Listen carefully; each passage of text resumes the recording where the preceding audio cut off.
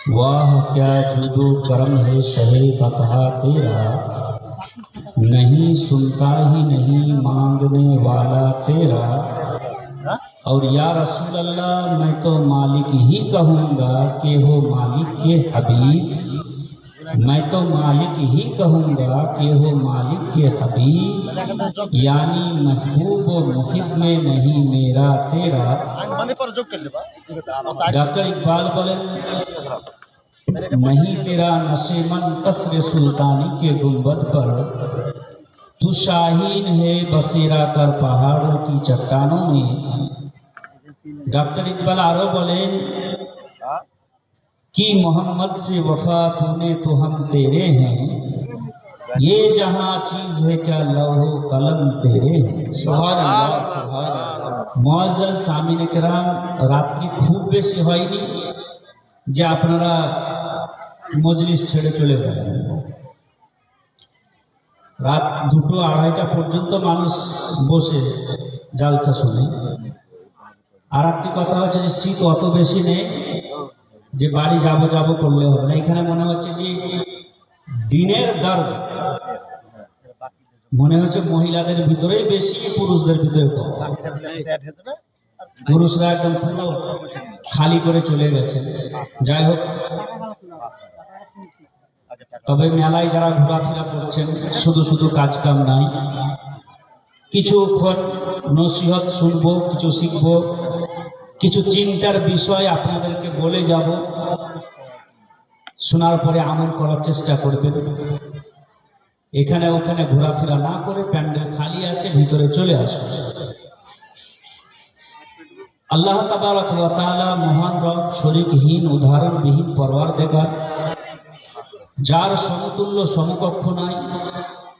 তিনি একক, অনাদি, অনন্ত অসীম, চিরন্তন, চিরঞ্জীবী, চিরস্থায়ী, সর্বাজ্ঞ, চিরতত্ত্বাবধায়ক ও সর্বশক্তিমান।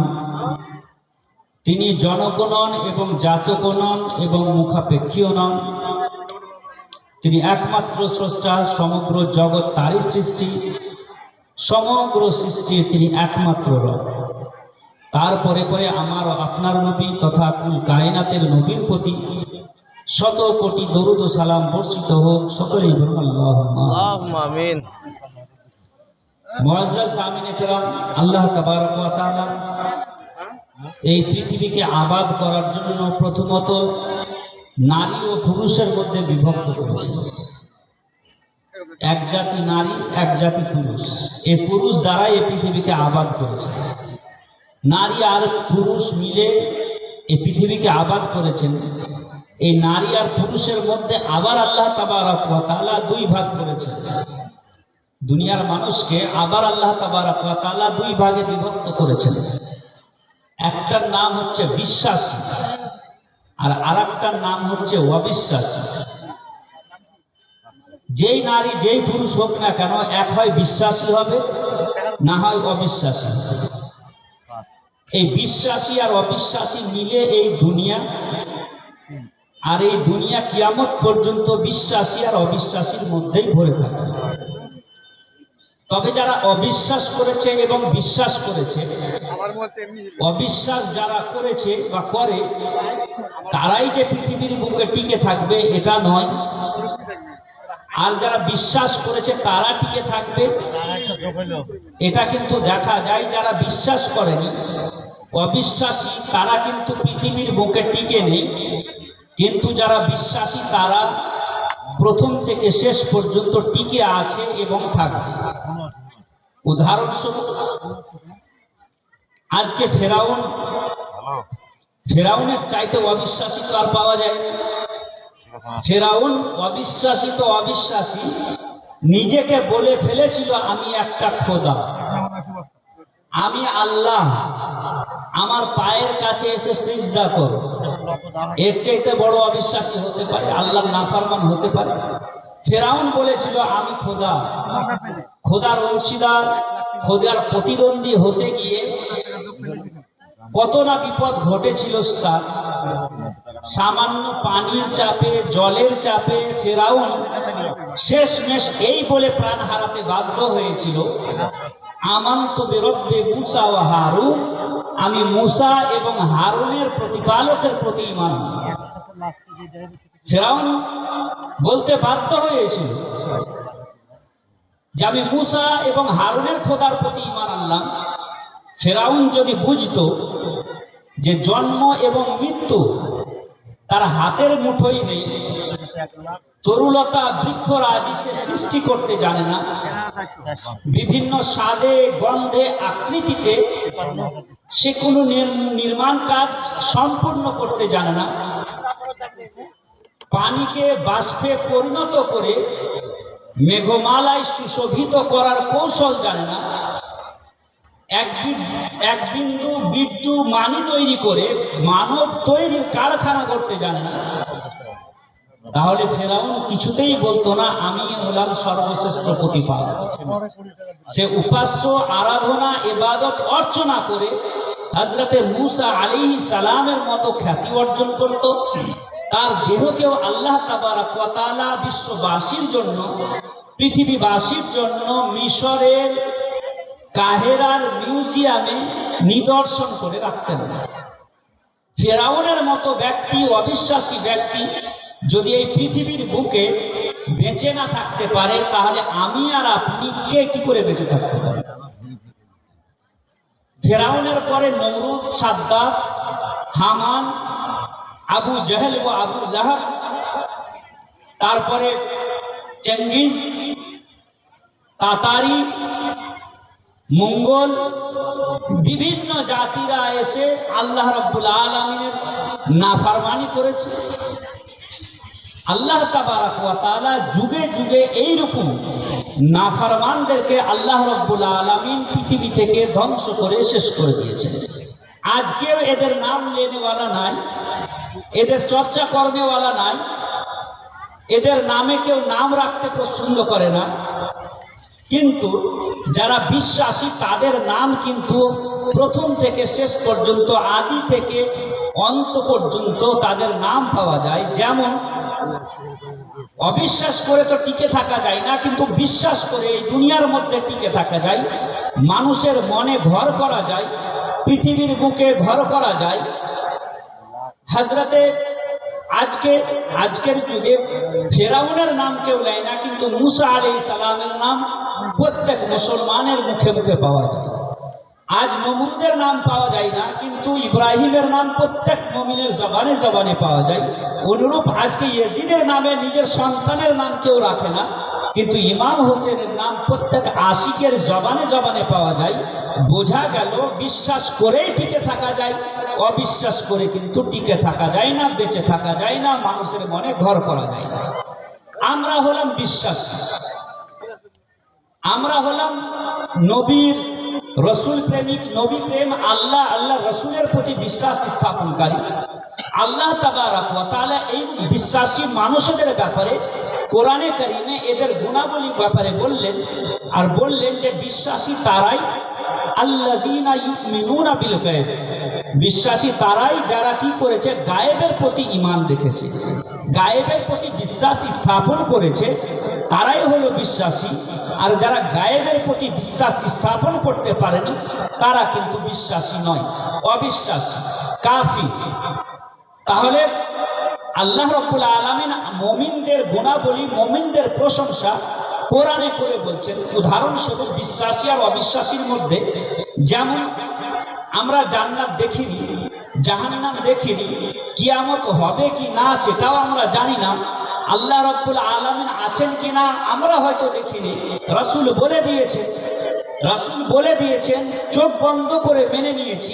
রাসূল বলেছেন জান্নাত আছে, চোখ বন্ধ করে মেনে নিয়েছি। রাসূল বলেছেন জাহান্নাম আছে, কিছু না চিন্তা ভাবনা করে মেনে নিয়েছি।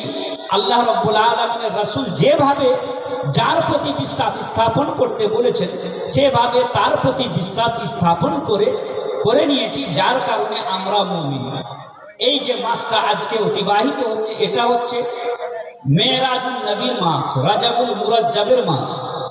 এই মাসে একটা উম্মতে মুসলিমার জন্য একটা বিশাল বড় খুশির সংবাদ, খুশির আল্লাহ রাসূল সাল্লাল্লাহু আলাইহি ওয়াসাল্লামের জীবনে যত মুআজিজা আছে সব মুআজিজার মধ্যে সবচাইতে উত্তম মুআজিজা আল্লাহ রাব্বুল আলামিন নিজের রাসূলকে দিয়েছেন, সেটা হচ্ছে মেরাজের মতো মুআজিজা।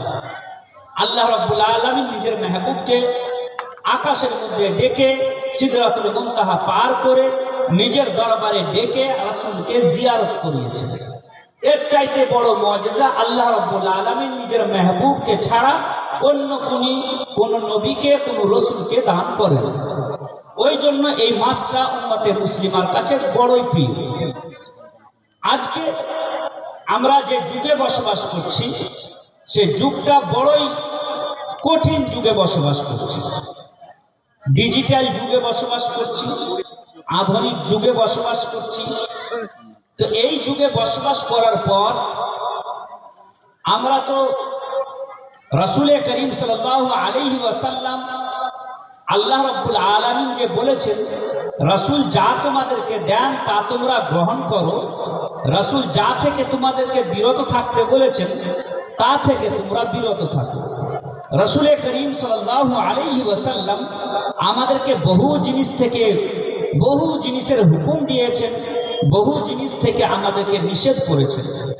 আল্লাহ রাব্বুল আলামিনের রাসূল সাল্লাল্লাহু আলাইহি ওয়াসাল্লাম আমাদেরকে বহু হুকুম বহু নিষেধ করে দুনিয়া থেকে বিদায় নিয়েছেন। এবার এই নিষেধ এবং আদেশ না মানার কারণে আজ বহু জায়গায় আজ মুসলমান আজ সবচাইতে বেশি পিছিয়ে পড়ে আছে।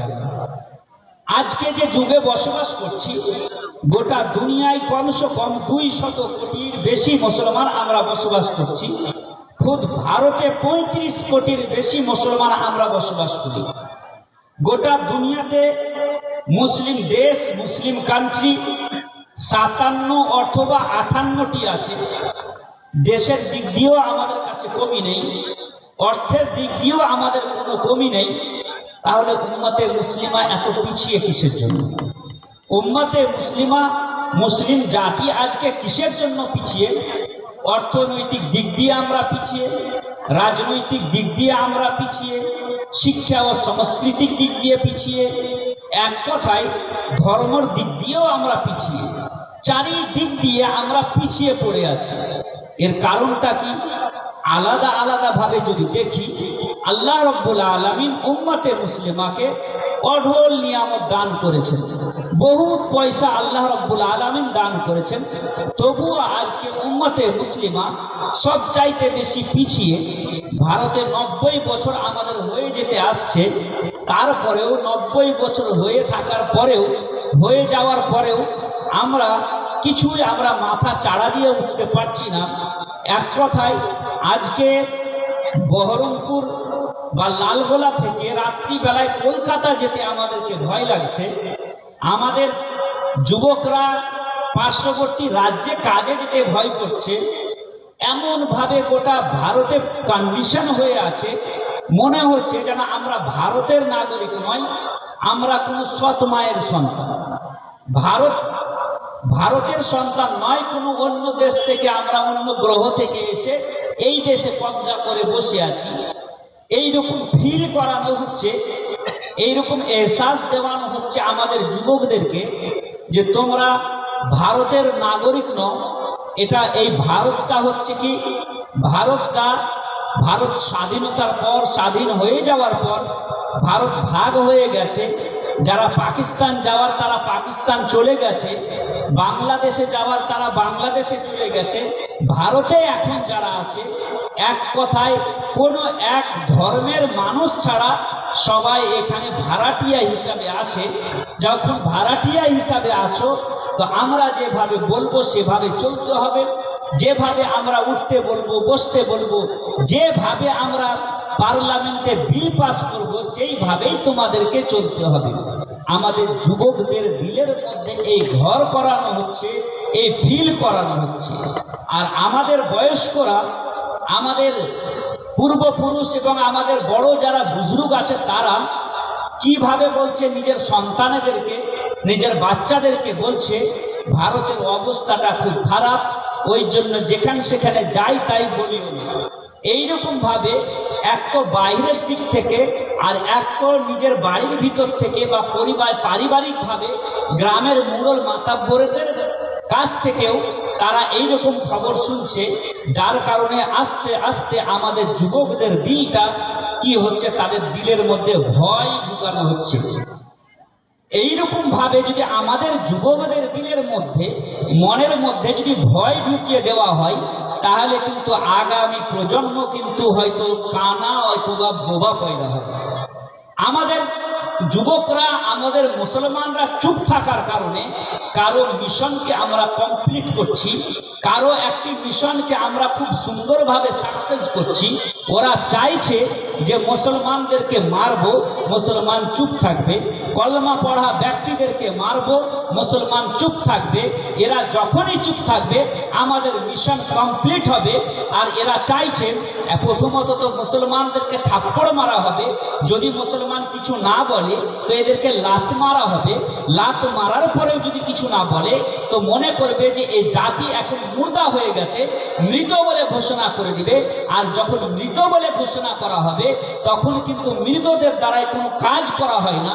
কোনো এক কবি বলেছেন, এ খামোশ মেজাজি তুমি জিনে नहीं देगी, जीना है इस दौर में तो कोहराम मचा दो।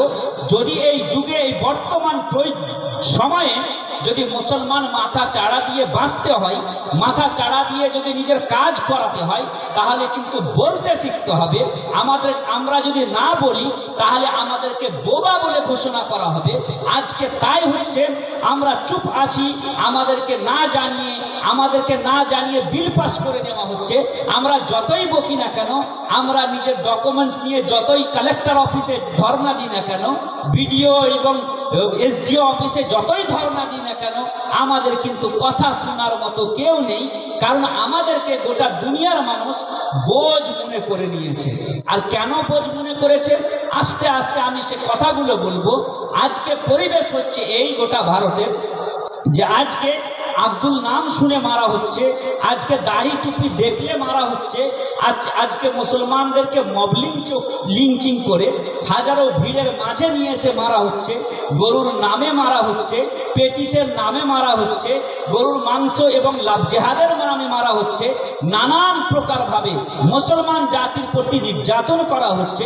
শুধু ভারতেই হচ্ছে তা নয়, ভারতের বাইরের দেশে যদি যাই, মধ্যপ্রাচ্য মিডল ইস্টের যদি যাই, মুসলিম দেশগুলোতে যদি দেখি, তাহলে দেখা গেছে যে আজ থেকে প্রায় 10 বছর 20 বছর পূর্বে 80-র দশক থেকে নিয়ে এখন পর্যন্ত আফগানিস্তানে 10 লক্ষের বেশি মুসলমানকে হত্যা করা হয়েছে, ইরাকে হাজার হাজার মুসলমানকে হত্যা করা হয়েছে, লিবিয়াতে হাজার হাজার মুসলমানকে হত্যা করা হয়েছে, আমাদের পার্শ্ববর্তী দেশ চীনে মুসলমানদেরকে মারা হয়েছে, আমাদের পার্শ্ববর্তী দেশ মায়ানমারে মুসলমানদেরকে মারা হচ্ছে, আমাদের পার্শ্ববর্তী বিভিন্ন যে সমস্ত দেশগুলো আছে সব দেশে মুসলমানদেরকে আজকে মারা হচ্ছে, তাদের কোনো সম্মান নাই।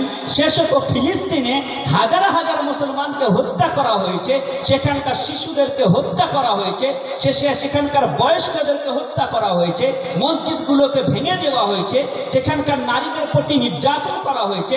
এক কথায় উম্মতে মুসলিমা গোটা দুনিয়ার মধ্যে আজ পেরেশান হাল হয়ে আছে।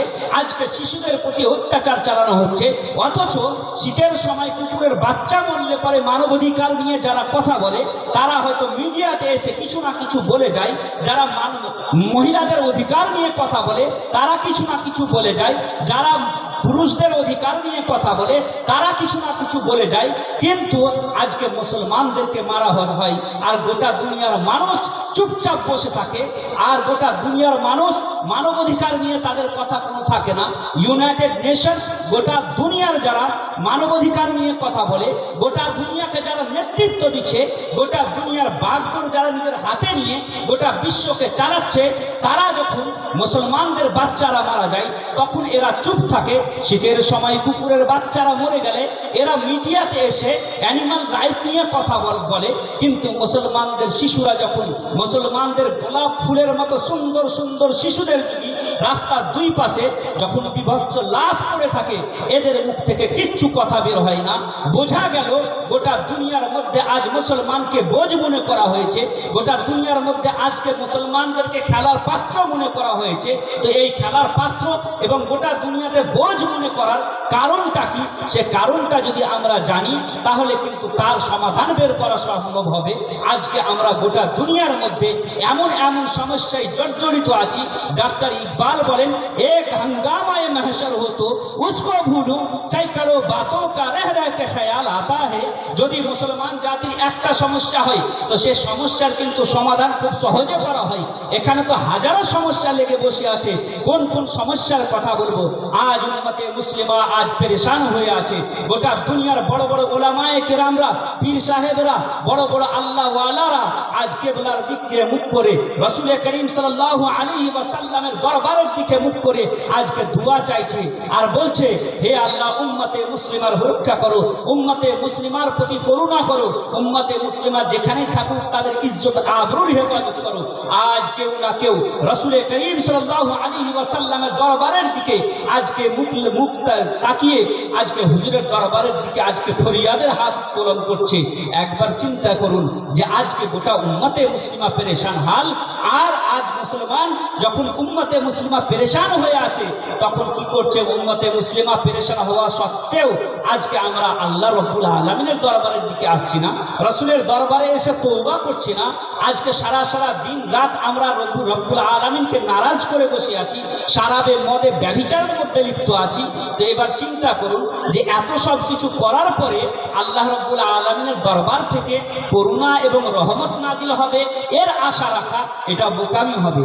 আজকে আমাদের যে এই অবস্থা, এই অবস্থার কারণই হচ্ছে এই যে আমরা কোরআন এবং সুন্নাহর যে আদর্শ, আল্লাহ রাব্বুল আলামিনের যে সুন্নাত, আল্লাহ রাসূল সাল্লাল্লাহু আলাইহি ওয়াসাল্লামের আদর্শ, কোরআন সুন্নাতের আদর্শকে ছেড়ে দিয়ে আজ আধুনিকতায় ঘুরে বেড়াচ্ছি, আজ ফ্যাশনের মধ্যে ঘুরে বেড়াচ্ছি, আজকে আধুনিকতার মাঝে নিজের সফলতাকে খুঁজে বেড়াচ্ছি। যার কারণে রাসূলের দরবারের সাথে সম্পর্ককে ছেড়ে দেওয়ার কারণে, আল্লাহ রাব্বুল আলামিনের দরবারের সাথে সম্পর্ক নষ্ট হয়ে যাওয়ার কারণে আজ উম্মতে মুসলিমা দিশেহারা হয়ে আছে। গোটা দুনিয়ার মধ্যে আজ আমরা লাঞ্ছনার শিকার, গোটা দুনিয়ার মধ্যে আজ আমরা পদদলিত, লাঞ্ছিত, অপমানিত। ডাক্তার ইকবাল বলেন, ও 313 थे तो लरजता था जमाना, वो 313 थे तो लरजता था जमाना, आज हम करोड़ों हैं तो करते हैं গোলামি। কালকে 313 জন মুজাহিদিন ইসলাম মক্কা থেকে বের হয়ে কি করেছিলেন? আরব থেকে নিয়ে আফ্রিকার গহীন কোণ পর্যন্ত ইসলামের পতাকা উড়িয়েছিল। আজ গোটা দুনিয়াতে 200 কোটি মুসলমান থাকা সত্ত্বেও আজ যে আমরা পিছিয়ে পড়ে আছি তার কারণই হচ্ছে এই যে আমরা কোরআনের প্রতি আমল করা ছেড়ে দিয়েছি, রাসূলের দরবারের সাথে সম্পর্ককে ছেড়ে দিয়েছি, খোদার দরবারের সাথে সম্পর্ককে নষ্ট করে দিয়েছি। উম্মতে মুসলিমা নিজের সফলতার চাবিকাঠি কোথায় খুঁজে পাওয়া যাচ্ছে না, নিজের সফলতার চাবিকাঠি কোথায় আছে খুঁজে পাওয়া যাচ্ছে না। একবার চিন্তা করুন, আজ থেকে প্রায় 1400 বছর পূর্বে যে মানুষরা গোটা পৃথিবীর মধ্যে স্বর্ণের যুগ কায়েম করেছিল, যে সাহাবা তাবেঈন তাবেঈনরা নিজের কোরআনের প্রতি আমল করে গোটা পৃথিবীতে কি করেছিলেন? স্বর্ণের যুগ কায়েম করেছিলেন। সে সাহাবারা কোন আদর্শে আদর্শিত হয়ে, কোন এমন শিক্ষা পেয়ে সাহাবায়ে কেরামরা এত সুন্দর গোটা পৃথিবী, অর্ধ পৃথিবীর মধ্যে ইসলামিক রাষ্ট্র কায়েম করেছেন, অর্ধ পৃথিবীর মধ্যে রাজ করেছেন। আজ সে আদর্শকে ছেড়ে দিয়েছি গোটা দুনিয়ার মধ্যে। আজ উম্মতে মুসলিমা আজ কান্না করছে, উম্মতে মুসলিমা এর দরবারে একবার কান্না করছে, ওর দরবারে গিয়ে একবার কান্না করছে। উম্মতে মুসলিমা কখনো ডিএম অফিস, কখনো কালেক্টর অফিস, কখনো বিডিও অফিস, কখনো পঞ্চায়েত অফিস, নানান অফিসে গিয়ে কি করছে? কান্নাকাটি করছে। আমি বলি কোনো অফিসে যাওয়ার দরকার নেই, যদি শুধু একটা অফিসে আমরা যাই, যদি খোদার দরবারের সাথে সম্পর্ক করে নিই, বিডিও অফিস যাওয়ার দরকার হবে না, কালেক্টর অফিস যাওয়ার দরকার হবে না, এসডিও অফিস যাওয়ার দরকার হবে না। কারণ যেই দিন থেকে উম্মতে মুসলিমা আল্লাহকে ভয় করা ছেড়ে দিয়েছে, যেদিন থেকে উম্মতে মুসলিমা আল্লাহকে ভয় করা ছেড়ে দিয়েছে, গোটা পৃথিবীর মানুষকে ভয় করতে লেগেছে। আর যেদিন উম্মতে মুসলিমা খোদাকে ভয় করত, খোদা ছাড়া কাউকে ভয় করত না, সেদিন উম্মতে মুসলিমা গোটা দুনিয়ার মধ্যে রাজ করেছে। আজ উম্মতে মুসলিমা দিশেহারা হয়ে আছে।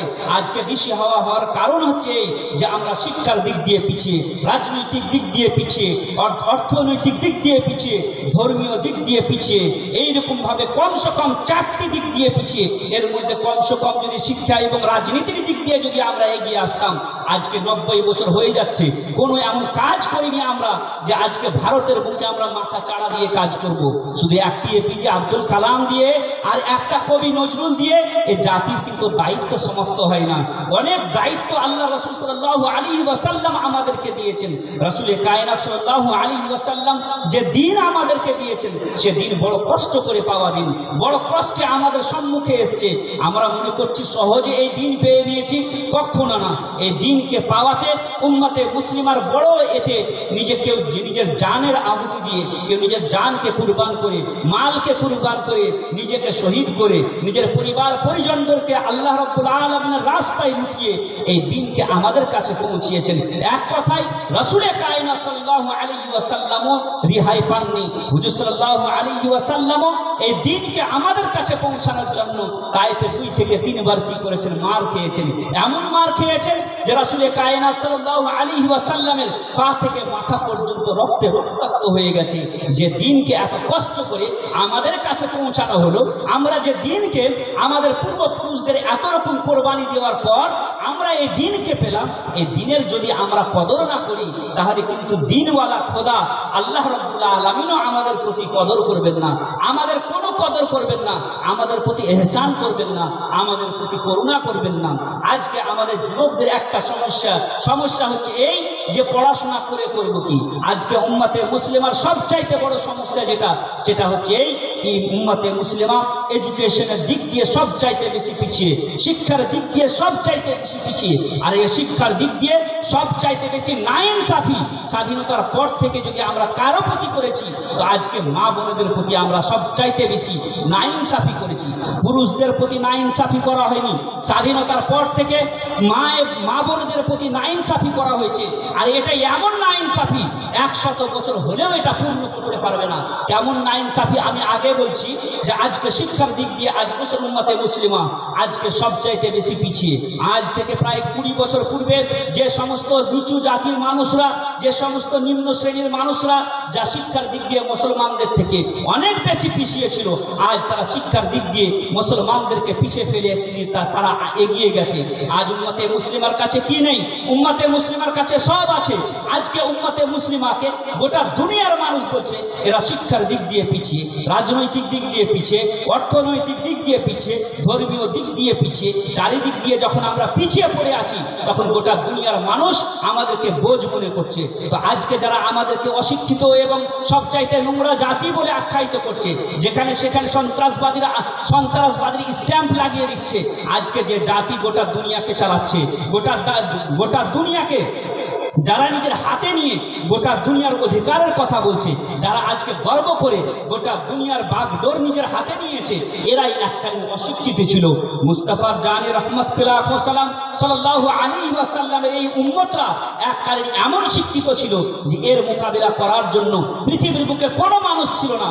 এরাই ছিল একদিন শিক্ষিত মানুষ। আর আজকে যারা অশিক্ষিত, আজকে যারা শিক্ষিত, যারা বলছে আমাদের কাছে নাসা আছে, আমাদের কাছে গুগল আছে, গোটা দুনিয়া শেয়ার মার্কেটকে এক মুহূর্তে বন্ধ করে দেওয়ার জন্য আমাদের কাছে গুগল আছে, গোটা দুনিয়াকে এক মুহূর্তে ধ্বংস করে দেওয়ার জন্য পরমাণু রিমোট কন্ট্রোল আমাদের হাতে আছে, যারা এই বলে গর্ববোধ করছে, এরাই এককালীন অশিক্ষিত ছিল।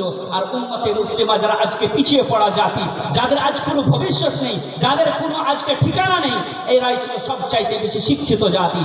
আর যারা আজকে ভারতের বুকে যারা যারা উঠতে জানতো না, যারা চলতে জানতো না, নিজের জীবনকে কিভাবে পরিচালনা করতে হয় সেটা জানতো না, নিজের পোশাক কিভাবে পরতে হয় সেটা জানতো না, রাস্তায় কিভাবে চলতে হবে, বড়দেরকে কিভাবে সম্মান করতে হবে, চেয়ারে কিভাবে বসতে হবে, কিভাবে খাবার দাবার খেতে হবে, পশুর ন্যায় জীবন যাপন করছিল, মুসলমানরা এসে তাদেরকে চলা শিখালো, বলা শিখালো। তারপরে এরা বলতে লাগলো যে মুসলমানরা কিছুই জানে না। আরে কোনো এক কবি বলেছেন উর্দুতে যে জিন পাথরোं को हमने आता की थी धड़कने जब बोलने लगे तो हम ही पे बरस पड़े। যে পাথরকে আমি বলা শিখিয়েছিলাম, যে পাথরকে আমি চলা শিখিয়েছিলাম, যে পাথরের মধ্যে আমি আত্মা দিয়েছিলাম, যখন তার সে মুখ খুললো তো আমার বিরুদ্ধেই মুখ খুললো। মুসলমানদের শিক্ষা ও সংস্কৃতি দেখে, মুসলমানদের ইকুয়ালিটি দেখে, মুসলমানদের এক অপরের সাথে মাসাওয়াত দেখে, মুসলমানদের এক অপরের সাথে সম্পর্ক দেখে, মুসলমানদের এক অপরের ভ্রাতৃত্ব বোধ দেখে যারা নিজেকে চলা শিখেছে, যারা বলা শিখেছে, এক অপরের সাথে সম্পর্ক করা শিখেছে, সোশ্যালিজম কি সেটা জেনেছে, আজ তারাই মুসলমানদেরকে বলছে যে এরা সবচাইতে নিচু জাতি, সবচাইতে পিছিয়ে পড়া জাতি। মুআজ্জাজ সামিন ইকরাম, আজকে যারা সবচাইতে উঁচু স্থানে বসে আছে এরাই ছিল সবচাইতে বেশি শিক্ষিত, সবচাইতে অশিক্ষিত জাতি। আমি আপনাদেরকে কিছু হিস্ট্রি বলতে চাই। ইতিহাসের পাতা যদি খোলা যায় তাহলে দেখা যায় যে গোটা ইউরোপের মধ্যে শিক্ষার কোনো ব্যবস্থা ছিল না। যদি কেউ শিক্ষা অর্জন করত তো তার প্রতি কি করা হতো? নির্যাতন করা হতো। ভারতের বুকে যারা শিক্ষিত মানুষ ছিল, যারা ধর্মগুরু থাকতো, সেই ধর্মগুরুর সন্তানেরা শুধু শিক্ষা অর্জন করতে পারত। তাছাড়া কোনো মানুষ, কোনো জন, কোনো নিচু জাতির মানুষ কেউ কিন্তু শিক্ষা অর্জন করতে পারতো না। ইউরোপের বুকেও এইরকম নিয়ম ছিল যে যারা ধর্মগুরু, যারা চার্চের ম্যান বা ফাদার থাকতো তাদের সন্তানেরা শুধু শিক্ষা অর্জন করতে পারতো। তাছাড়া কোনো ব্যক্তি যদি শিক্ষা অর্জন করতো, ভারতের বুকে এইরকম কানুন ছিল, যদি কোনো নিচু বর্ণের মানুষ যদি কেউ যদি শিক্ষার কোনো বইয়ের, কোনো ধর্মীয় কিতাবের, ধর্মীয় বইয়ের কোনো শ্লোক শুনে নিত, তার কানের মধ্যে সীসা গলিয়ে ঢেলে দেওয়া হতো, তার কানকে জন্মের মতো শেষ করে দেওয়া হতো। এইরকম শাস্তি ভারতের বুকে ছিল, ইউরোপের বুকেও এইরকম শাস্তি ছিল যে মানুষ শিক্ষা অর্জন করতে পারতো না, মানুষ জ্ঞান অর্জন করতে পারতো না। জ্ঞানের প্রতি, শিক্ষার প্রতি পাবন্দি লাগানো হয়েছিল। কিছু সংক্ষিপ্ত মানুষের মধ্যে শিক্ষার প্রচার ও প্রসার ছিল, তাছাড়া কোনো মানুষ শিক্ষা অর্জন করতে পারতো না। রাসূল কায়নাত সাল্লাল্লাহু আলাইহি ওয়াসাল্লাম যখন আরবের বুকে আসেন, আরবে মাত্র 17 জন ব্যক্তি লেখাপড়া জানতো, তাছাড়া কোনো ব্যক্তি পড়তে জানতো না, লিখতে জানতো না। রাসূল কায়নাত সাল্লাল্লাহু আলাইহি ওয়াসাল্লাম আরবের বুকে আসলেন এবং আরবে আসার পর রাসূলুল্লাহ সাল্লাল্লাহু আলাইহি ওয়াসাল্লাম যখন আরবের হেরা গুহাতে আল্লাহ রাব্বুল আলামিনের দরবারে যখন কি করলেন, খোদার দরবারে যখন ইবাদতের মধ্যে মগ্ন থাকলেন, আল্লাহ রাব্বুল আলামিনের রাসূল সাল্লাল্লাহু আলাইহি ওয়াসাল্লাম আরব থেকে যখন আস্তে আস্তে নিজের কিরণ চারিদিকে ছড়াতে লাগলেন, যখন ভারত শিক্ষার প্রতি পাবন্দি লাগায়, আরব শিক্ষার প্রতি পাবন্দি লাগান, ইউনান এবং রোম শিক্ষার প্রতি পাবন্দি লাগায়, ওই সময় ওই সংকটময় মুহূর্তে রাসূল করিম সাল্লাল্লাহু আলাইহি ওয়াসাল্লামের দরবারে গারে হিরাতে হযরতে জিবরাইল আমিন রাসূলকে এসে সুসংবাদ দিলেন, ইয়া রাসূলুল্লাহ সাল্লাল্লাহু আলাইহি ওয়াসাল্লাম ইকরা বিসমি রাব্বিকাল্লাযী খালাক, হে নবী পড়ুন আপনার প্রতিপালকের নামে যিনি সৃষ্টি করেছেন। আর এই ঘোষণা শুধু আপনি একাই জেনে রাখবেন না, গোটা বিশ্ববাসীকে শুনিয়ে দিন, গোটা আরববাসীকে শুনিয়ে দিন, গোটা পৃথিবীর মাঝে এই ঘোষণা ছড়িয়ে দিন। এখন পর্যন্ত দুনিয়াবাসী শিক্ষা অর্জনকারীদের প্রতি নির্যাতন করেছে, এখন পর্যন্ত দুনিয়াবাসী শিক্ষা অর্জনকারীদেরকে শাস্তি দিয়েছে, আর এই শাস্তি চলবে না, আর এই পাবন্দি চলবে না। এখন ইসলামের আগমন ঘটেছে, এখন ইসলাম দুনিয়াবাসীকে শিক্ষা দিবে, গবেষণা করার জন্য চিন্তা ভাবনা দিবে, রিসার্চ করার জন্য বুদ্ধিও দিবে যে হে মানব জাতি, তুমি যদি রিসার্চ করতে চাও, তুমি যদি শিক্ষা অর্জন করতে চাও, তুমি যদি গবেষণা করতে চাও, তো কখনো পাহাড়ের দিকে তাকিয়ে তোমরা চিন্তা করো, ভাবনা করো, কখনো আসমানের দিকে তাকিয়ে তোমরা গবেষণা করো, কখনো গ্রহের চক্রকারে পরিবর্তনের প্রতি রিসার্চ করো, কখনো তারকার দিকে তাকিয়ে তোমরা গবেষণা করো, কখনো দিন রাত্রে আসা যাওয়ার প্রতি গবেষণা করো, কখনো চন্দ্র সূর্যের উদয় অস্তের প্রতি গবেষণা করো। দিন রাত্রির আসা যাওয়া এবং পৃথিবীর মধ্যে চলাফেরা করে তোমরা চিন্তা ভাবনা করো, বিভিন্ন নিদর্শন সমূহগুলোকে তোমরা দেখো। যখন আল্লাহ তাবারক ওয়া তাআলার এই সমস্ত নিদর্শনগুলোকে দেখবে, পাহাড়ের দিকে তাকিয়ে তোমরা চিন্তা করবে, ভাবনা করবে, উটের দিকে তাকিয়ে তোমরা গবেষণা করবে। যখন তোমরা সমুদ্রের অতল গহরে গিয়ে বিভিন্ন প্রাণীকে দেখে, বিভিন্ন জীবকে দেখে যখন খোদার প্রতি, খোদার যখন পবিত্রতার প্রতি ঈমান আনবে, যখন তোমরা পৃথিবীর নিদর্শন সমূহ দেখে যখন আল্লাহ রাব্বুল আলামিনের ভাবনা নিয়ে চিন্তা করবে, ভাবনা করবে এবং প্রতিপালকের চিন্তা ভাবনা করবে, তোমরা কত এইরকম যে তোমরা কখনো 360টি মূর্তিকে পূজা করছো, কখনো তোমরা নিজের সম্মুখে পাথরকে রেখে তার সম্মুখে কি করছো? ইবাদত করছো, কখনো গাছকে তোমরা নিজেকে খোদা খোদা বলে, গাছকে খোদা বলে তার সম্মুখে তোমরা মাথা নত করছো, কখনো সূর্যের সম্মুখে হাত জোড় করে দাঁড়িয়ে তোমরা পূজা করছো, কখনো তোমরা কাবার চত্বরে কি করছো, লজ্জাজনক ভাবে উলঙ্গ ভাবে তওয়াফ করছো। আল্লাহ রাব্বুল আলামিন নিজের মেহবুবকে বলে দিলেন, হে মেহবুব, এই ঘোষণা সমগ্র মানব জাতিকে শুনিয়ে দিন। রাসূল করিম সাল্লাল্লাহু আলাইহি ওয়াসাল্লাম গারে হিরা থেকে যখন গোটা বিশ্ববাসীকে এবং সেই গোটা বিশ্ববাসীকে যখন শিক্ষার কথা বললেন, আদর্শের কথা বললেন, গবেষণার কথা বললেন, তখন যখন আল্লাহ রাব্বুল আলামিনের রাসূল সাল্লাল্লাহু আলাইহি ওয়াসাল্লামের এই শিক্ষার প্রতি, গবেষণার প্রতি মানুষ যখন ঈমান এনেছিল, তো দেখা গেছিল আরবের সেই অসভ্য জাতি, বর্বর জাতি, যাদের কোনো অস্তিত্ব ছিল না, যারা সবচাইতে নির্মম জাতি ছিল, তারা আরব থেকে নিয়ে আফ্রিকা পর্যন্ত দ্বীনের পতাকাকে উত্তোলন করেছিল। আজ সে জাতি, যে জাতির সর্বপ্রথম বাণী হলো শিক্ষা নিয়ে, গবেষণা নিয়ে, সে জাতি আজ শিক্ষা থেকে দূরে, গবেষণা থেকে দূরে, দুনিয়ার যত রকম শিক্ষা আছে সব শিক্ষা থেকে আজ আমরা দূরে। রাসূল কায়নাত সাল্লাল্লাহু আলাইহি ওয়াসাল্লাম আমাদেরকে শিক্ষা দিলেন, এবং আরবের কি অবস্থা ছিল আমরা কি জানি না, প্রতি বছর আমরা জানি যে আরবের মানুষরা কেমন ছিল। আজকে বলা হয় যে আমরা শিক্ষা অর্জন করে করবো কি, আজকে তো আমরা শিক্ষা অর্জন করে চাকরি পাচ্ছি না। ডাক্তার ইকবাল বলছেন, নেহি তেরা নশেমান, যুবকদেরকে সম্বোধন করে বলছেন, নেহি তেরা নশেমান कसरे सुल्तानी के गुंबद पर तू शाहीन है बसीरा कर पहाड़ों की चट्टानों में। हे मुस्लिम যুবক, তোমার জায়গা কোথায়? তোমার জায়গা তো বিশ্বকে নেতৃত্ব দেওয়া।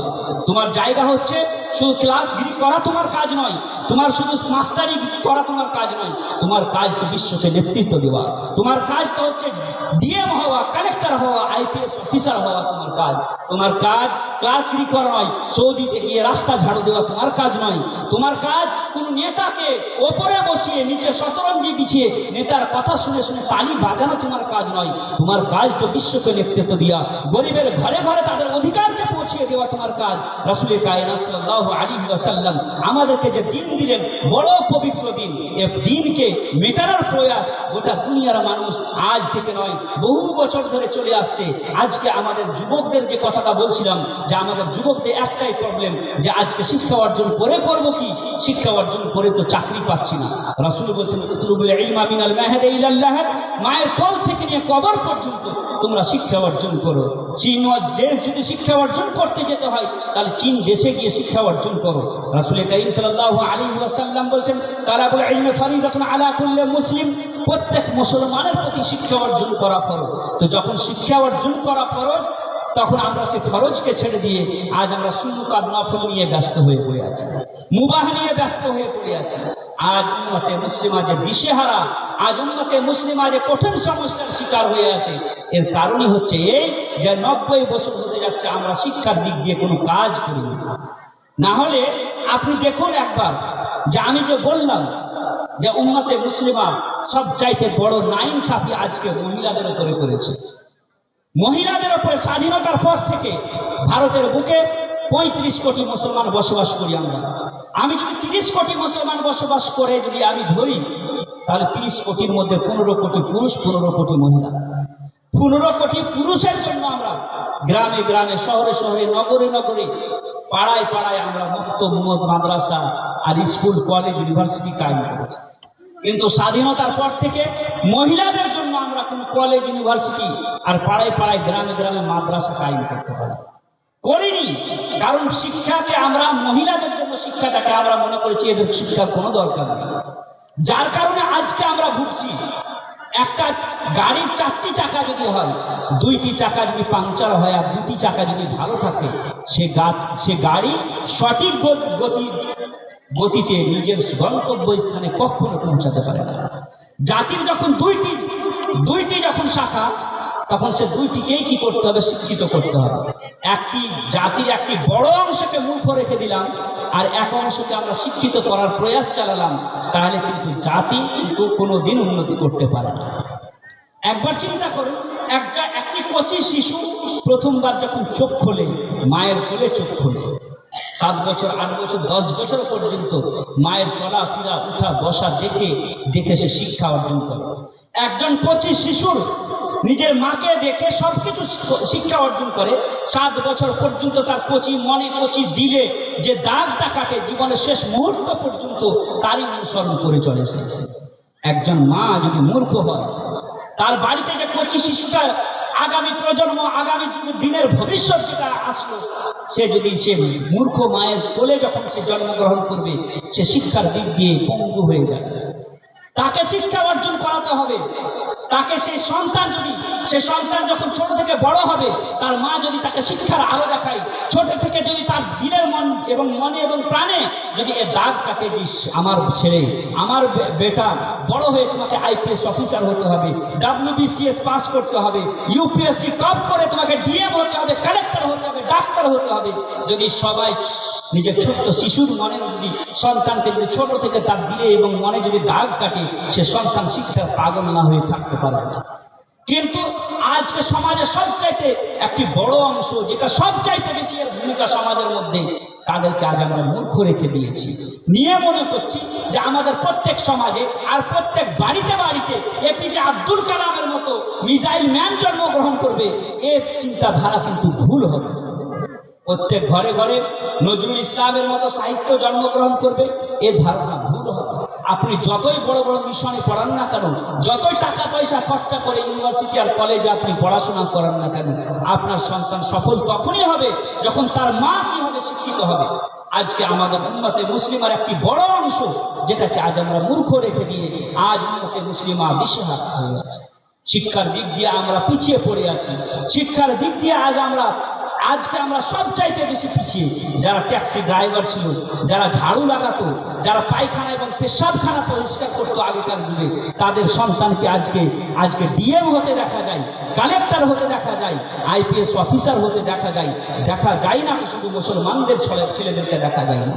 কারণটা হচ্ছে এই যে আমরা শিক্ষাকে শুধু খালি বিজনেস, শিক্ষাকে অর্জন করাটা শুধু খালি নাম মনে করে নিয়েছি। শিক্ষা অর্জন করে জাতিকে কিছু দেব, এই চিন্তাধারা কিন্তু আমাদের নেই। মুআজ্জাজ সামিন ইকরাম, বড় আফসোসের বিষয় যে আমরা উজ্জ্বল এবং আধুনিক যুগে বসবাস করে আজ আমরা শিক্ষার দিক দিয়ে পিছিয়ে পড়ে আছি। আর কি দিক দিয়ে পিছিয়ে? আজকে রাসূল করিম সাল্লাল্লাহু আলাইহি ওয়াসাল্লামের আদর্শকে ছেড়ে দিয়েছি। আজ একটা রাজনীতির কথা বলার পূর্বে একটা কথা আপনাদের সম্মুখে বলি। হযরত উমর রাদিয়াল্লাহু তাআলা আনহু, একবার মুসলমানরা যে শিক্ষার দিক দিয়ে পিছিয়ে, রাজনৈতিক দিক দিয়েও পিছিয়ে, আজ দেখতে পাচ্ছেন ভারতের অবস্থা। নিজে একবার চিন্তা করুন। আমি ফিক্র দিয়ে যাচ্ছি, আপনাদেরকে থটস দিয়ে যাচ্ছি, চিন্তাধারা দিয়ে যাচ্ছি। একবার নিজে ভাববেন যে আজকে উম্মতে মুসলিমা একবার গোটা দুনিয়ার নেতার দিকে একবার তাকিয়ে রাখেন, একবার নিজের কল্পনার মধ্যে নিয়ে আসুন গোটা দুনিয়ার নেতা মন্ত্রীদেরকে, আর একবার রাসূল করিম সাল্লাল্লাহু আলাইহি ওয়াসাল্লামের আদর্শে অনুপ্রাণিত হয়ে একজন ব্যক্তি রাত্রিবেলায় বের হয়ে এসেছে। রাত্রিবেলায় এশার নামাজ পড়ে গলিতে ঘুরে বেড়াচ্ছে।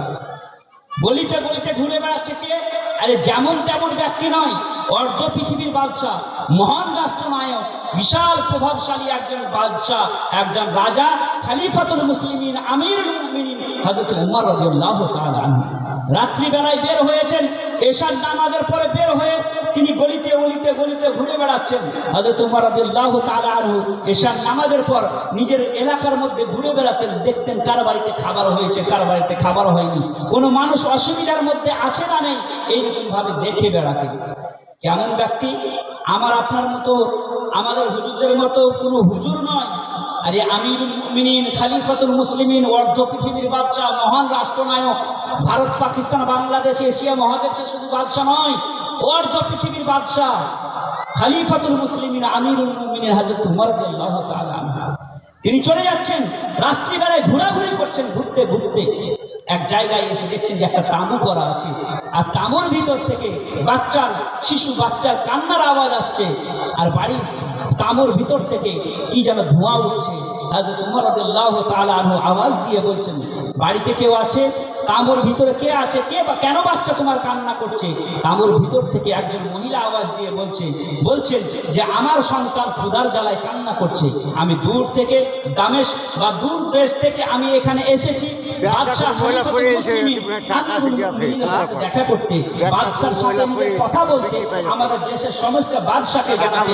তবে রাস্তায় আস্তে আমাদের খাবার শেষ হয়ে গেছে, আমরা যখন মদিনায় পৌঁছাই তখন মদিনায় আস্তে আস্তে আমাদের সন্ধ্যা লেগে গেছে, যার কারণে বাদশার সাথে আমার মুলাকাত করা হয়নি।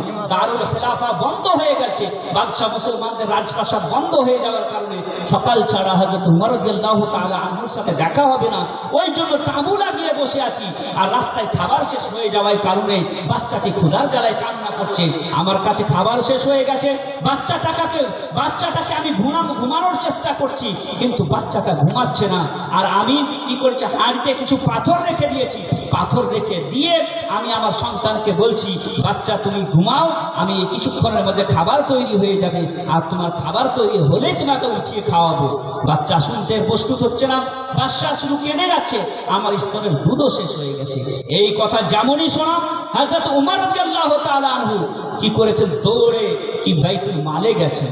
দৌড়ে তিনি বাইতুল মালে গিয়ে সেখান থেকে কি নিয়েছেন, এক হাতে আটার বস্তা, এক হাতে ঘি এবং তেলের কোটো কে নিজের ঘাড়ে নিয়ে হযরত উমর রাদিয়াল্লাহু তাআলা আনহু দৌড়ে দৌড়ে আসতে লেগেছেন। উসামা বলতে একজন তিনার গোলাম, তিনি বলছেন, হুজুর আপনি একজন অর্ধ পৃথিবীর বাদশাহ, আজকে আপনি এক মহান রাষ্ট্রনায়ক হয়ে, আর এমন রাষ্ট্রনায়ক, এমন বড় বাদশাহ, এমন খলিফা যে গোটা পৃথিবীর মানুষ আপনার চোখে চোখ রেখে কথা বলতে ভয় করে, রোম এবং পারস্য আপনার নাম শুনে থরথর করে কাঁপে, আর আপনি ওই উমর নিজের কাঁধে আটার বস্তা নিয়ে যাবেন, এটা কি করে হতে পারে? হুজুর আমাকে দিন, আমি আপনার আটার বস্তা নিজের কাঁধে নিয়ে আপনার সাথে সাথে চলছি। হযরত উমর রাদিয়াল্লাহু তাআলা আনহু সেই সময় বলেছিলেন, হে ওসামা, আজকে পৃথিবীর বুকে তুই আমার আটার বস্তা কাঁধে নিবি এবং কাঁধে নিয়ে আমার সাথে যাবি, কিন্তু বল পৃথিবীর থেকে যখন আমি দুনিয়া ছেড়ে চলে যাব, যখন কিয়ামতের দিবস হবে, আল্লাহ রাব্বুল আলামিনের দরবারেও কিন্তু আমার বোঝ নিজের কাঁধে নিবি? ও হযরত ওসামা বলেছিলেন, হে আমাদের মুসলমানদের বাদশা, হে আমিরুল মুমিনিন খলিফাতুল মুসলিমিন, আপনার বোঝ দুনিয়ার বুকে আমি নিতে পারবো, কিন্তু কিয়ামতের দিবসে আপনার বোঝের দায়িত্ব কিন্তু আমি নিতে পারবো না। হযরত উমর রাদিয়াল্লাহু তাআলা আনহু সেই সময় বলেছিলেন, তাহলে আমার বোঝ আমাকেই নিয়ে যেতে দে। হযরত উমর রাদিয়াল্লাহু তাআলা আনহু নিজের পিঠে কি করেছেন, আটার বস্তাকে সাথে নিয়ে তিনি সেই বাড়িতে গেছেন, সেই তাঁবুর ভিতরে গিয়ে সেই মায়ের সাথে চুলাতে ফুঁক দিয়ে চুলা জ্বালিয়েছেন এবং চুলা থেকে সেই ভাঁড়ি থেকে পাথরকে ফেলে দিয়ে আটাকে দিয়ে সেখানে নিজে হাতে রুটি বানিয়েছেন। সেই মাকে রুটি বানাতে দিয়ে তিনি বাচ্চার সাথে খেলা করেছেন। বাচ্চার সাথে কেমন খেলা, বাড়িতে আমাদের অভিভাবকরা, পিতা এবং নানা এবং নানুরা এবং দাদুরা নিজের পোতার সাথে, নাতনির সাথে, নাতিনের সাথে, নিজের সন্তানের সাথে পিতারা যেভাবে বাড়িতে খাটের ওপরে বসে বসে ঘোড়া খেলে, যেভাবে গরু খেলে, নিজের পিঠে চাপিয়ে বাচ্চাকে যেভাবে খেলা দেয়, হযরত উমর রাদিয়াল্লাহু তাআলা আনহু অর্ধ পৃথিবীর বাদশা, মুসলমানদের বাদশা, ওই ছোট্ট সন্তানের সাথে, বাচ্চার সাথে কি করছেন, খেলা করছেন। আর হযরত উমর রাদিয়াল্লাহু তাআলা আনহু দিলের মধ্যে বলছেন যে এই বাচ্চাকে এতক্ষণ পর্যন্ত, হে উমর, তোমার কারণে এই বাচ্চা কান্না করেছিল, এবার যতক্ষণ এই বাচ্চা হাসবে না ততক্ষণ পর্যন্ত তোমাকে ছাড়া হবে না। হযরত উমর রাদিয়াল্লাহু তাআলা আনহু বলেছিলেন, বাচ্চা থেকে কুফা পর্যন্ত, কুফা থেকে মদিনা পর্যন্ত যদি কোনো কুকুর যদি পিপাসায় অবস্থায় যদি মারা যায়, কোনো ওট যদি রাস্তায় চলাকালীন রাস্তা উঁচু নিচু হয়ে যাওয়ার কারণে যদি মারা যায়, এই উমরের কাছে আল্লাহ রাব্বুল আলামিন খোদা কিয়ামতের দিবসে এই উমরের কাছে জবাব দিবে, অন্য কেউ কাছে জবাব দিবে না। আজকে উম্মতে মুসলিমা বিশেষ একটা ঘোষণা, যে মায়ের একটি ঘাড় ব্যাগ পাওয়া গেছে, তাতে টাকাও কিছু রয়েছে, ঠিক প্রমাণ দিয়ে নিয়ে যাবেন। আজকে উম্মতে মুসলিমা নেতৃত্বহীন, গদিহীন, আজ উম্মতে মুসলিমা দিশেহারা। আর যে সময় উম্মতে মুসলিমা বিশ্ব নেতৃত্ব দিয়েছে, গোটা দুনিয়াকে নেতৃত্ব দিয়েছে, গোটা দুনিয়ার মানুষের ঘরে ঘরে গরিব দুঃখী মিসকিন প্রত্যেক কোনো বর্ণ কোনো ধর্ম নির্বিশেষে সকল ধর্ম সকল বর্ণে ঘরে ঘরে তাদের অধিকারকে পৌঁছিয়ে দিয়েছেন। আজকে শুধু একটি দেশের নেতা হয়ে কোন এক খাস কোন এক বিশিষ্ট জাতির প্রতি নির্যাতন চালানো হচ্ছে। আজকে শুধু ভারতের বাইরে কোনো দেশের কোনো যদি কেউ মন্ত্রী হয়ে যাচ্ছে তো নিজে আসমানে পা মাটিতে থাকে না, আসমানে উঠছে। আরে একবার এরকম নেতাকে দেখুন যে আমাদের পূর্বপুরুষরা আমাদের পূর্বপুরুষরা গোটা দুনিয়াতে কিভাবে আল্লাহ এবং তার রাসূলকে ভয় করে গোটা দুনিয়াকে কিভাবে নেতৃত্ব দিয়েছেন। মুসলমানরা যতদিন গোটা পৃথিবীতে নেতৃত্ব দিয়েছেন ততদিন গোটা পৃথিবীতে একবারও বিশ্বযুদ্ধ হয়নি। কিন্তু যেদিন থেকে মুসলমানরা পদচ্যুত হয়ে গেছেন, যেদিন থেকে বিশ্ব নেতৃত্বের আসন থেকে পড়ে গেছেন, পৃথিবীতে দুইবার বিশ্বযুদ্ধ হয়েছে। তৃতীয়বারের জন্য গোটা দুনিয়াতে প্রস্তুত হচ্ছে। আজকে যে গোটা দুনিয়ার শান্তি যদি ফিরাতে আমরা চাই, গোটা দুনিয়ার মানুষের অধিকার যদি তাদের ঘরে ঘরে পৌঁছাতে চাই, গোটা দুনিয়ার ইজ্জত, গোটা দুনিয়ার প্রত্যেক জাতির ইজ্জত যদি আমরা তাদের কাছে দিতে চাই, তাহলে কিন্তু উম্মতে মুসলিমাকে আবার গদিতে বসতে হবে। তো উম্মতে মুসলিমা এরকম শুয়ে শুয়ে গদিতে বসবে? উম্মতে মুসলিমা এরকম শুয়ে শুয়ে গদিতে বসবে? আজকে তো এমন হচ্ছে যে গোটা ভারতের মধ্যে আজকে তো আমাদের এই অবস্থা যে তোমরা কিছুই করোনি ভারত থেকে, তোমরা ভাড়াটিয়া। বাংলাদেশ হয়ে গেছে, বাংলাদেশ চলে গেছো, পাকিস্তান হয়ে গেছে, পাকিস্তান চলে গেছে, এখন যারা আছো ভাড়াটিয়া হিসাবে আছো। এই যে ফিল করানো হচ্ছে, এই চিন্তাধারা ভরানো হচ্ছে। আর আমাদের যুবকরা আমাদের কাছে, তাই তো এটা আমাদের বোধহয় দেশ নয়, এটা আমাদের দেশ। যেমন ভাবে প্রত্যেক ধর্মের এই ভারতে যেমন অধিকার আছে, আমাদেরও এই ভারতে সেইভাবে অধিকার আছে। আমরা কোনো অন্য দেশ থেকে এসে এই দেশে আমরা নিজের ঘর করিনি। এই দেশকে স্বাধীন করাতে আমাদের পূর্বপুরুষরা নিজের পিতা মাতাকে হারিয়ে, নিজের পূর্বপুরুষদেরকে হারিয়ে, নিজের সব কিছুকে উজাড় করে এই দেশ থেকে ইংরেজকে আমরা তাড়িয়ে আমরা 7 সমুদ্র 13 নদী পার করে ফেলে এসেছি। আজ সে দেশে আমাদেরকে বলা হচ্ছে ভাড়াটিয়া। আরে ডাক্তার ইকবাল তো এটা বলেন, হাম ভি তামিরে ওতন মে হে বরাবর কে শরীক। এই দেশকে সঠিকভাবে নির্মাণ করতে আমরা কিন্তু সমান সমান অধিকার রাখি। হাম ভি তামিরে ওতন মে হে বরাবর কে শরীক, দারো दीवार अगर तुम हो तो बुनियाद है हम, हिंद को नाज है जिस पर वो निशानी हम है, ताज और लाल किला के यहाँ बानी हम है। আমরা হচ্ছি তাজের এবং লাল কেল্লার এখানে বাণী। মুসলমানরা ভারতের বুকে 1000 বছর, 800 বছর, 1000 বছর কি করেছেন? রাজত্ব করেছেন। মুসলমানরা যখন ভারতের বুকে রাজত্ব করেছে, এই ভারতের কোনো মানুষের প্রতি নির্যাতন করেননি।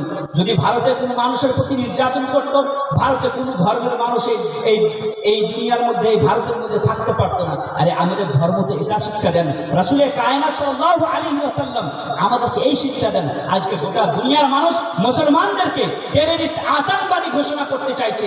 গোটা দুনিয়াতে আজ ইসলামকে আতঙ্কবাদের ধর্ম ঘোষণা করতে চাইছে। কিন্তু আমাদের ধর্ম এমন ধর্ম, আমরা আমাদের ধর্মের সৌন্দর্যকে গোটা পৃথিবীর বুকে প্রকাশ করতে পারিনি। আমার রাসূল সাল্লাল্লাহু আলাইহি ওয়াসাল্লাম বলছে, যখন তোমরা কোনো দেশকে জয় করবে, যখন তোমরা কোনো দেশে ইসলামের ঝান্ডা, ইসলামের পতাকা উত্তোলন করবে, সে দেশের বয়স্কদের প্রতি নির্যাতন করবে না, সেখানকার কচি শিশুদের প্রতি নির্যাতন করবে না, সেখানকার মা বোনদের প্রতি নির্যাতন করবে না, সেখানকার উপাসনালয়, সেটা চাই গুরুদুয়ার হোক, চাই সেটা মন্দির হোক, সেটা চার্চ হোক, চাই যে কোনো ধর্মস্থল হোক না কেন, সেটাকে তোমরা ভাঙবে না। আল্লাহ রাসূল সাল্লাল্লাহু আলাইহি ওয়াসাল্লাম আমাদেরকে তো এই শিক্ষা দেন। আরে রাসূল করিম সাল্লাল্লাহু আলাইহি ওয়াসাল্লাম আমাদেরকে এই শিক্ষা দিচ্ছেন যে কেউ কোনো একজন ব্যক্তিকে কতল করলো, একজন ব্যক্তিকে না হক কতল করলো, না হক খুন করলো, সে ব্যক্তি শুধু একজন মানুষকে কতল করলো না, বরং বিশ্ব মানবতাকে সে কতল করলো। রাসূল কায়নাত সাল্লাল্লাহু আলাইহি ওয়াসাল্লাম বলছেন, যদি কোনো মানুষের প্রাণ বাঁচালো, তাহলে সে শুধু একজন মানুষের প্রাণ বাঁচালো না, বরং বিশ্ব মানবতাকে সে বাঁচালো। আমাদের নবী সাল্লাল্লাহু আলাইহি ওয়াসাল্লাম তো আমাদেরকে এই শিক্ষা দেন যে গোটা পৃথিবীতে কোনো মানুষের প্রতি কোনো মানুষ জুলুম করতে পারে না। যদি কোনো মানুষের প্রতি জুলুম করে, তাহলে সে কিন্তু আমার হতে পারে না। আমাদের নবী সাল্লাল্লাহু আলাইহি ওয়াসাল্লাম আমাদের ধর্মে আমাদেরকে এই শিক্ষা দেন, গোটা পৃথিবীর মধ্যে কোনো ধর্ম নেই যে ধর্মকে এইরকম ধর্মীয় সুন্দর কথা বলা হয়েছে। রাসূল করিম সাল্লাল্লাহু আলাইহি ওয়াসাল্লাম পবিত্র জবানে আমাদেরকে ধর্মের কত সুন্দর সুন্দর কথা বলছেন। আজকে বলা হচ্ছে, আজকে গেরুয়া পোশাক পরে, আজকে শান্তির পোশাক, আজকে ভারতের বুকে হাজার হাজার বছর ধরে সাধু সন্ন্যাসী, সুফিজম এবং পীর পয়গম্বররা এদেশে রাজ করে এসেছেন। এদেশের প্রত্যেক মানুষের দিনে দিনে রাজ করেছেন। ধর্ম বর্ণ নির্বিশেষে সকলে মিলে সমস্ত সাধু সন্ন্যাসী এবং সুফিদের দরবারে গিয়ে নিজেরা কি করেছেন? উপকৃত হয়েছে। গোটা দুনিয়ার মানুষ, গোটা ভারতের মানুষ সকলে মিলে ভ্রাতৃত্বের সাথে একসাথে মিলেমিশে প্রত্যেক ধর্ম এবং বর্ণের মানুষ এদেশে বসবাস করেছে। কিন্তু আজকে ভারতের অবস্থাটা একটু আলাদা। আজকে থেকে এর পূর্বে কোনোদিন ভারতের অবস্থা এইরকম হয়নি। মুসলমান হিন্দুর মধ্যে আজকে কি লড়ানো হচ্ছে, ধর্মের নাম দিয়ে এক অপরের সাথে কি করানো হচ্ছে, ধর্মের পোকা এদের দিমাগের ময়দানের মধ্যে ভরে এক অপরের সাথে লড়া হচ্ছে এবং মব লিঞ্চিং করার জন্য উস্কানি দেওয়া হচ্ছে ধর্মের পোশাক পরে। আর কোন ধর্মের পোশাক? যেটাকে গেরুয়া পোশাক বলি আমরা, যেটাকে শান্তির পোশাক ভারতের বুকে যার নাম, এবং যেটাকে শান্তির পোশাক হিসেবে চিহ্ন আজকে সাধু সন্ন্যাসীর পোশাকে, যাকে সাধু সন্ন্যাসীদেরকে শান্তির মানুষ বাণী নিয়ে বার্তা নিয়ে যাওয়ার মানুষ বলা হয়, যার সে শান্তির পোশাক পরে আজকে মানুষের ঘরে ঘরে অশান্তি পৌঁছানো হচ্ছে, মানুষকে এক অপরের সাথে লড়ার কথা বলা হচ্ছে। হিন্দু মুসলিম জৈন বুদ্ধ সকলের সাথে আজকে ভাইচারার সাথে থাকার কথা বাদ দিয়ে আজকে ভারতের মুসলমানদেরকে এবং ভারতের ভারতীয়দের এক অপরের সাথে লড়ার কথা বলা হচ্ছে। মুআজ্জাজ সামিনে কিরাম, আমি বলবো যেটা ধর্মের পোশাক, যেটা শান্তির পোশাক, গোটা ভারতের মানুষ যাকে শান্তির পোশাক বলে, গেরুয়া পোশাক হলো ভারতবাসীর জন্য শান্তির পোশাক। এই শান্তির পোশাক পরে যারা মানুষের মধ্যে অশান্তি ছড়াতে চায়, তারা কিন্তু সে শুধু নিজের অশান্তি করছে না, বরং সে ধর্মের অশান্তি করছে। সে শান্তির পোশাকে অসম্মান করছে। কোনো ধর্ম কোনো মানুষের প্রতি জুলুম করা শিখায় না, কোনো ধর্ম কোনো মানুষের প্রতি অত্যাচার করা শিখায় না, কোনো ধর্ম কোনো মানুষের সাথে মব লিঞ্চিং করা শিখায় না। আমাদের ধর্ম আমাদেরকে কোনোদিন কোনো মানুষের সাথে জুলুম করা শিখায় না, অত্যাচার করা শিখায় না। কিন্তু যারা ধর্মের নাম নিয়ে মানুষের প্রতি জুলুম করে, মানুষের প্রতি অত্যাচার করে, মানুষের প্রতি জুলুম করে, তারা শুধু নিজেরাই শুধু বদনাম করে না, বরং নিজের ধর্মকেও বদনাম করে, নিজের রিলিজিয়ানকেও বদনাম করছে, নিজের পোশাককেও সে বদনাম করছে। আজ ভারতকে উত্তপ্ত করে আজকে ভারতের মানুষের মধ্যে আজকে ধর্মের নাম দিয়ে এরা কি করতে চায়? লড়াতে চায়। আমরা কিন্তু ভারতের মানুষ, এর পূর্বেও বহু মানুষ এসেছে এই ভারতের বুকে, যারা কি করেছে? ডিভাইড অ্যান্ড রুলের প্রতি আমল করেছে। ভারতের মানুষদেরকে কি করো? ভাগ করো আর এদের মধ্যে রাজ করো। আজকের যুগেও মানুষ চাইছে যে মুসলমানদেরকে এবং পৃথিবীর ভারতের সব লোককে কি করবো? এক অপরের সাথে লড়িয়ে আমরা কি করবো? দেশের মধ্যে রাজ চালাবো। এই রাজ চালা কিন্তু হতে দিলে হবে না। আমাদেরকে বুঝতে হবে, আমাদেরকে এই সমস্ত জিনিস থেকে মাথা চাড়া দিয়ে উঠতে হবে। আমাদেরকে এই সমস্ত রাজনীতি থেকে বুঝার পরে নিজের সন্তানদেরকে শিক্ষার দিক দিয়ে এগিয়ে আসতে হবে। আমাদের সকল মানুষদেরকে রাজনীতির দিক দিয়ে এগিয়ে আসতে হবে। আমরা তো রাজনীতি করাকে গুনাহ মনে করি। রাজনীতি করা কোনো গুনাহের কাজ নয়। আজকে রাজনীতি না করার কারণে আজকে কবরস্থানে বাঁচাতে পারছি না, মসজিদ বাঁচাতে পারছি না, দরগা বাঁচাতে পারছি না, নিজের ওয়াক্ফের সম্পত্তি বাঁচাতে পারছি না, ঈদগাহকে বাঁচাতে পারছি না।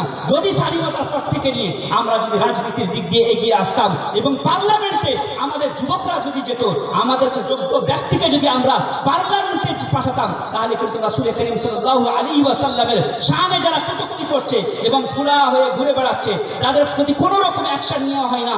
আমাদের যুবকরা গিয়ে কানুন বানাতো, আইন বানাতো, কনস্টিটিউশন বানিয়ে ওই রকম মানুষদেরকে জেলের ভাত খাওয়াতো। কিন্তু আমাদের যুবকরা রাজনীতির দিক দিয়ে আসে না। মুসলমানরা রাজনীতির দিকে আসে।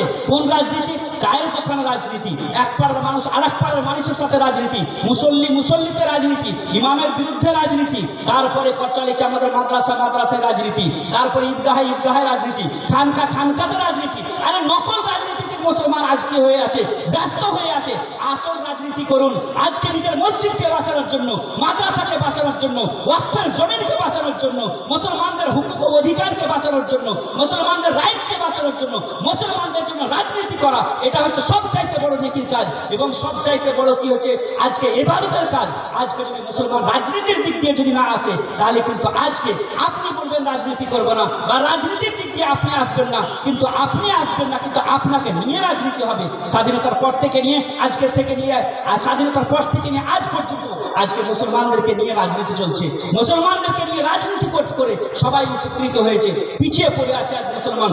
যদি মুসলমান রাজনীতি করতো, আজ দাঁড়ে গিয়ে আজকে এমপি এমএলএর কাছে গিয়ে নিজের মসজিদ বাঁচানোর জন্য আজকে কথা বলা হতো না, ওয়াকফ জমিন বাঁচানোর জন্য কথা বলতে হতো না। আরে আমাদের যুবকরা পার্লামেন্টে গিয়ে যদি বলতো কি মোহাম্মদ সে ওফা তूने तो हम तेरे हैं, ये जहां चीज है कि दिल के अल्लाह हो कलम तेरे हैं। তো এইরকম রাজনীতি করা, এইরকম চিন্তাধারা করা নেকির কাজ, পাপের কাজ নয়।